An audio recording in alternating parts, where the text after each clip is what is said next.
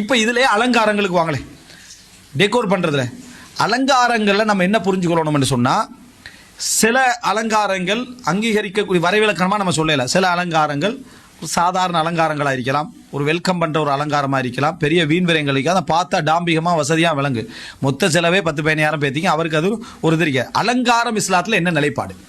அப்போ இது வரணும் மேலே தெரியுமா? இல்லைன்னா அலங்காரம் வீண் விரயத்தெலாம் வரணும் சட்டப்படி. அலங்காரம் உனக்கும் பிரயோசனம் இல்லை, எனக்கும் பிரயோசனம் இல்லை, அதான் அலங்காரம்.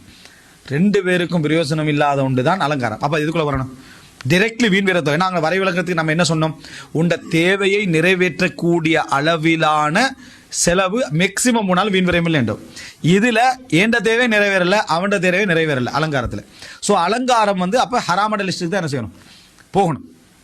அசலில் அலங்காரங்கள் ஹராம். அது ரூபா செலவழித்தாலும் வீண். புதாக லைட்டுன்னு போடப்பட்டிருக்கேன்னு வைங்களேன், ஒரு திருமணத்தை சுற்றி லைட்டு சின்ன சின்ன லைட்டாக போடப்பட்டிருக்கு, மொத்தமே 10,000 போயிருக்கும், ஒரு 5,000 போயிருக்கும். ஆனால் அது அலங்காரம், உனக்கும் பிரயோசனம் இல்லை, அவனுக்கும் பிரயோசனம் இல்லை. அப்போ அலங்காரம் சம்பந்தமாக நிலைப்பாடு கொண்டு வரணும். இஸ்லாம் அலங்காரத்தை ஓரளவில் அனுமதிக்குது.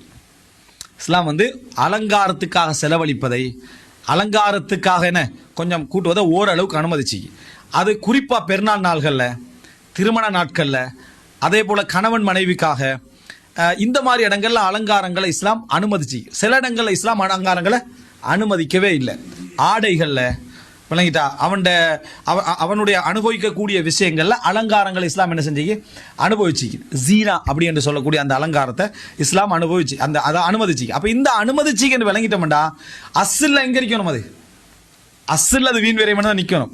அனுமதிச்சிங்கன்னா எந்த அளவில் அனுமதிச்சிங்க அப்படின்னு நீங்கள் பார்த்தீங்கன்னா, உதாரணமாக ரசூல் ஸல்லல்லாஹு அலைஹி வஸல்லம் ஒரு சஹாபி கேட்குறாரு, அல்லாஹ்வின் தூதரே, தண்ட ஆடை தண்ட செருப்பு அழகாக இருக்குன்னு ஒருத்தர் விரும்புகிறார். சரியா? இப்போ இதில் ஒரு விலங்கு அலங்காரம் வேற, அழகு வேற அப்படின்னு சொல்லுவாங்க.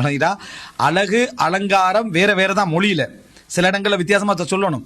ஆனால் அழகும் அலங்காரம் பல இடங்களில் என்ன உண்டு தான். அல்லாஹ் தஆலா ஹுது ஸீனத்தக்கும் இன்த குல்லி மஸ்ஜித், ஒவ்வொரு பள்ளிகளிலும் உங்கள் அலங்காரங்களை எடுத்துக்கொள்ளுங்கள் சொல்றது ஆடை உடுக்கிறது தான், ட்ரெஸ் பண்ணுறது தான் என்ன செய்கிறாங்க அதில் சொல்கிறாங்க. அல்லாஹ் தஆலா அதான் சொல்கிறான். எனவே அந்த அடிப்படையில் ஒரு அலங்காரம் என்று எடுத்துக்கிட்டீங்கன்னு சொன்னால், அலங்காரம் அசல்ல கூடாதாக இருந்தாலும் அது குறிப்பிட்ட இடங்கள்ல இஸ்லாம் என்ன செஞ்சு அனுமதிச்சுன்றதுல இந்த ஹதீஸ் என்னது, ஆடை செருப்பு அழகா இருக்குன்னு ஒருத்தர் விரும்புகிறார், அது பெருமையான கேட்டதுக்கு என்ன இல்லை அப்படின்ற ரசூல் ஸல்லல்லாஹு அலைஹி வஸல்லம் என்ன செய்கிறாங்க சொல்கிறாங்க.